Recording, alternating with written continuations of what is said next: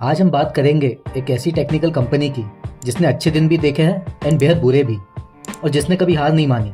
ये कंपनी का सफ़र लिस्ट होने के बाद अराउंड 400 रुपये के हाई लगाने के साथ आने वाले कुछ सालों में 3 रुपये तक पहुंच गया था, जिससे कंपनी डूबने के कगार पे आ गई थी। तो आइए चलते हैं ये कंपनी के इनसाइट्स पे, जहां हम डिस्कस करेंगे इस कंपनी की शुरुआत से लेकर अभी तक के सफ़र के बारे में, जानेंगे reason behind downfall and rise of this company, साथ ही इसके फंडामेंटल्स एंड टेक्निकल्स देखेंगे और जानेंगे क्या हमें ये शेयर में इन्वेस्ट करना चाहिए या नहीं। ये वीडियो सिर्फ एजुकेशनल पर्पस के लिए बनाया गया है। स्टॉक को खरीदना ना खरीदना आप अपने फाइनेंशियल एडवाइजर से पूछ के ही करें। शुरू करने से पहले do like, share and subscribe. तो आज की कंपनी है टनला प्लेटफॉर्म्स लिमिटेड।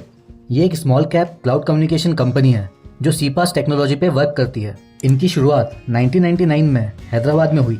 ये कंपनी B2B सेगमेंट में क्लाउड कम्युनिकेशन की सर्विस प्रोवाइड करवाती थी। पैरेलली ये ग्लोबली भी एक्टिव थी, जिसमें ये A2P मैसेजिंग प्लेटफॉर्म भी प्रोवाइड करती थी।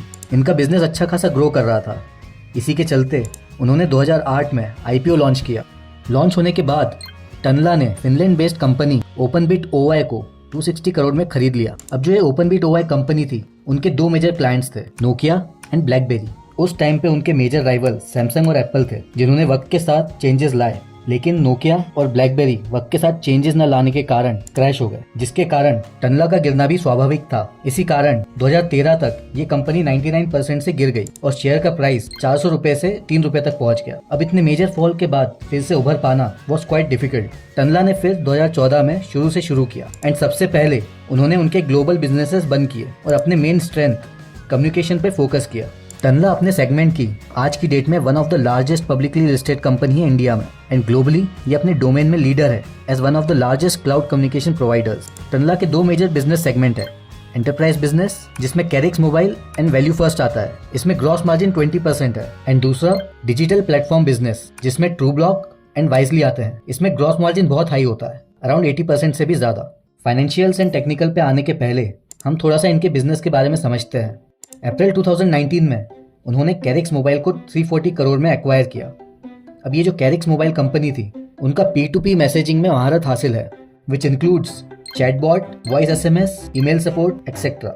उदाहरण के तौर पर आजकल ऑलमोस्ट हर चीज ऑनलाइन हो गई है। बैंकिंग हो, इंश्योरेंस हो, या कुछ भी शॉपिंग या कुछ ऑर्डर करना हो, उसके बाद हमें कंपनी से मैसेज आ ही जाता है। या अगर हम कुछ प्रॉब्लम फेस करते हैं या किसी भी तरह से उनके सपोर्ट स्टाफ से कनेक्ट करते हैं ऑनलाइन, फिर चाहे वो चैट के थ्रू हो, वॉइस हो या ईमेल सपोर्ट, ये सब टनला प्रोवाइड कराती है कंपनीज को। और साथ ही इनके पास 1300 प्लस क्लाइंट बेस है, जो ऑलमोस्ट हर फील्ड में है। For example Airtel, Facebook, LinkedIn, HDFC bank, Truecaller etcetera. अक्टूबर 2019 में टनला ने गमूगा को एक्वायर किया, जो कि AI based omni channel marketing automation platform पे वर्क करता था। साथ ही उन्होंने in house true block develop किया, जो ब्लॉकचेन टेक्नोलॉजी पे वर्क करता है, और कमर्शियली इसे उन्होंने सितंबर 2020 में लॉन्च किया। इसी के चलते जनवरी 2021 में वाइजली लॉन्च हुआ विद पार्टनरशिप विद माइक्रोसॉफ्ट, जिसके कारण टनला में फिर तेजी देखने को मिली। एंड अभी रिसेंट में 2023 में टनला ने वैल्यू फर्स्ट को भी एक्वायर किया, जो कि एंटरप्राइज बिजनेस में वर्क करता है। फाइनेंशियल्स देखें तो इनके सेल्स और नेट प्रॉफिट कंटिन्यूसली बढ़ते जा रहा है और company almost highest sales and highest net profit post कर रही है, तो इसको ये लाइफ टाइम हाई तक तो लेके जाएंगे ही। And for the past 5 years ये कंपनी का revenue 4 times, EBITDA 9 times and profit after tax इनका 23 टाइम्स से ग्रो हुआ है। ये कैश रिच कंपनी है। कंपनी के रिजर्व्स 1734 करोड़ है और वही उनकी बोरोइंग अराउंड 80 करोड़ है। अब इनका PE देखे तो ये मीडियम PE के अराउंड ही है, तो ये ओवर प्राइस नहीं है। पहले जो कंपनी डबल डिजिट्स में नेट प्रॉफिट पोस्ट कर रही थी, अब सीधा 300 से 500 करोड़ प्रॉफिट पोस्ट कर रही है। शेयर होल्डिंग देखे तो FII, DII और प्रमोटर्स सबने अपना थोड़ा थोड़ा स्टेक्स बढ़ाया है। अब चलते हैं इनके टेक्निकल्स की तरफ। ये कप विथ हैंडल पैटर्न बना सकता है, जिसका सीधा टारगेट अराउंड 2000 आता है। जैसा हमने ये डिस्कस भी करा है कि कंपनी अभी highest sales and highest profit post कर रही है, तो ये 2000 तक तो जाना ही है। अगर आपको हमारा ये वीडियो पसंद आया हो तो हमारे बाकी के वीडियोस भी चेकआउट करें, जिसमें हमने इन डेप्थ एनालिसिस की है स्टॉक्स की बिना बात घुमाए, और जो अभी भी बहुत ही अट्रैक्टिव लेवल्स पे है। ऐसे स्टॉक्स के बारे में जानने के लिए हमारे चैनल पे बने रहिए and please do like, share and subscribe. Thank you.